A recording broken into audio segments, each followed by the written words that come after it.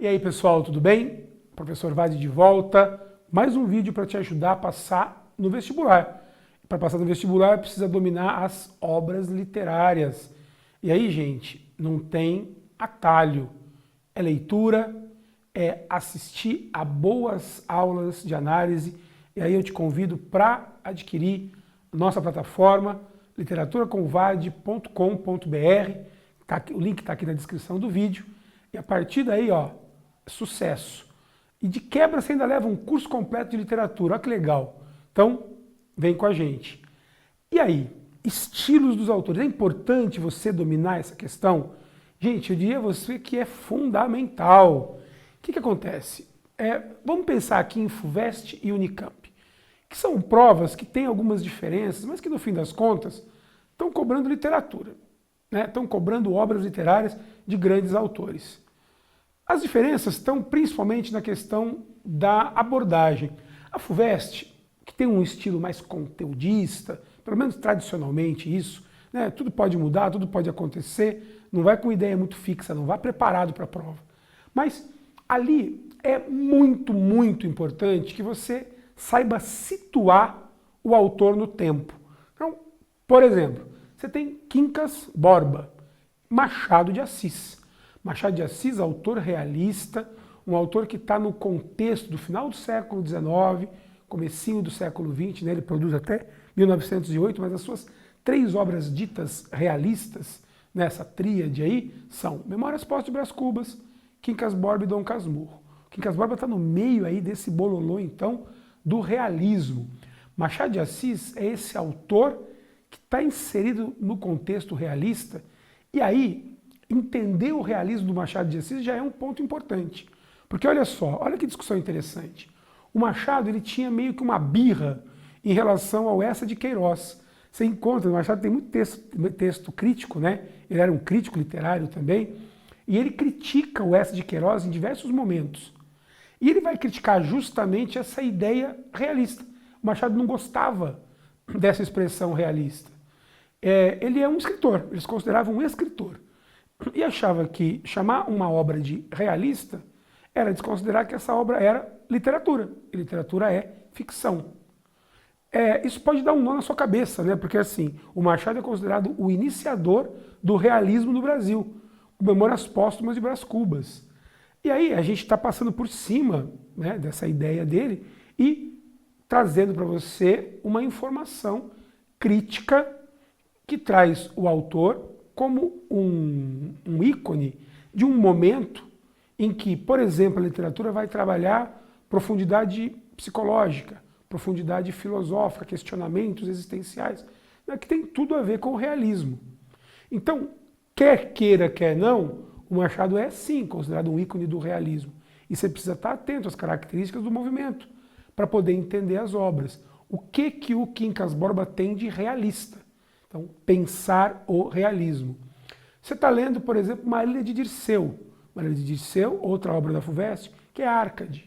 O Tomás Antônio Gonzaga, além de ícone do arcadismo brasileiro, é um personagem de relevância histórica.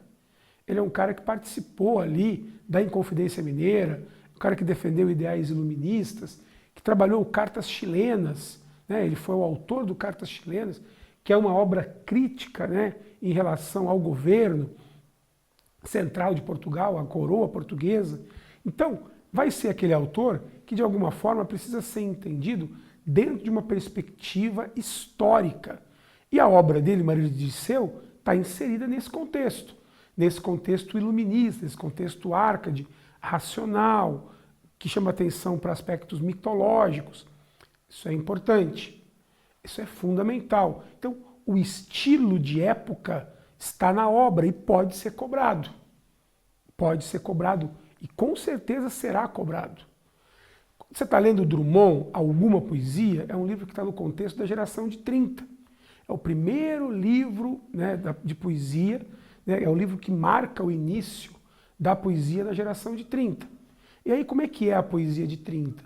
Bom, ela se diferencia da poesia de 22. Só que aí nesse livro do Drummond, você ainda tem uma, entre aspas, contaminação, né, por falta de palavra melhor, vou usar essa, né, o Drummond ainda está com um pé lá e outro cá, então a gente tem alguns alguns poemas, em que o eu lírico trabalha uma certa irreverência, um olhar de ruptura, umas brincadeiras poéticas, muito ao gosto da poesia de 22. O verso livre vem com força e tal.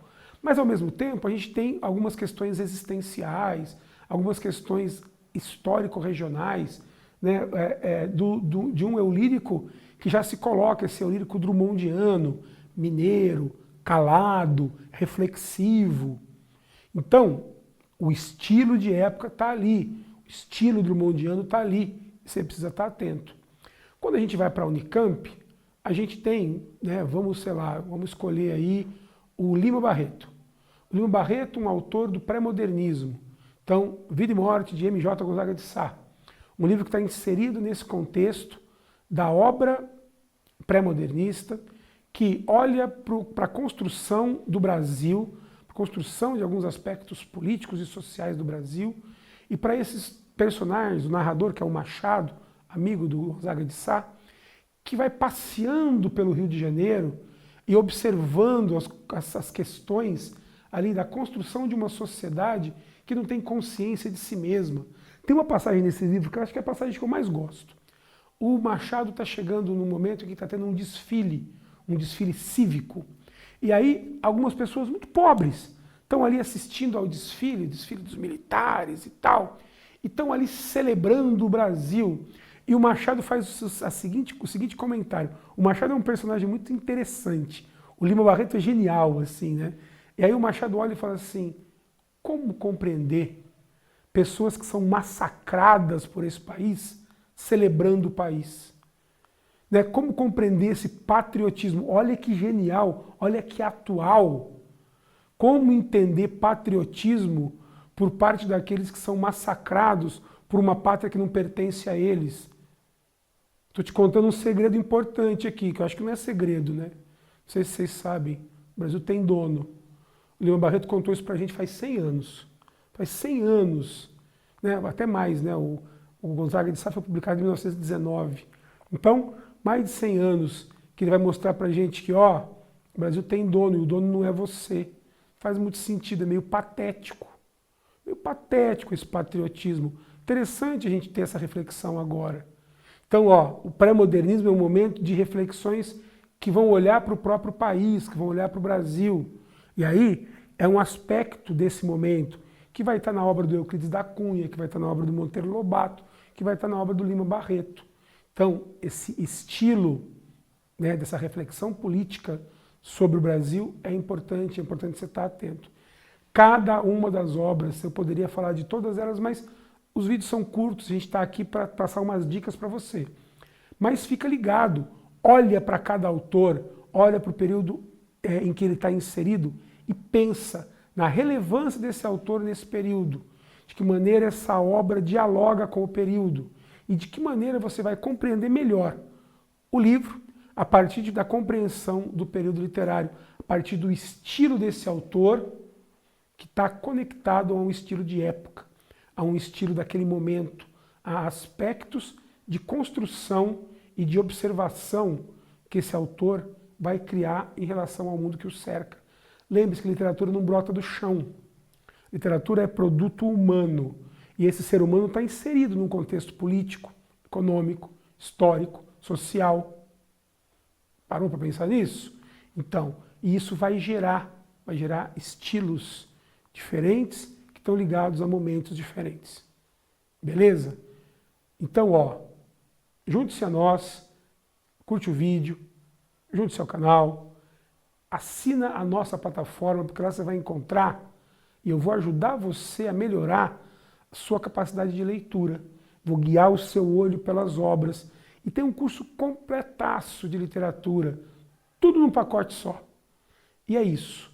Vamos junto e vamos correr para a aprovação, beleza? Valeu então, obrigado, um abraço, até mais.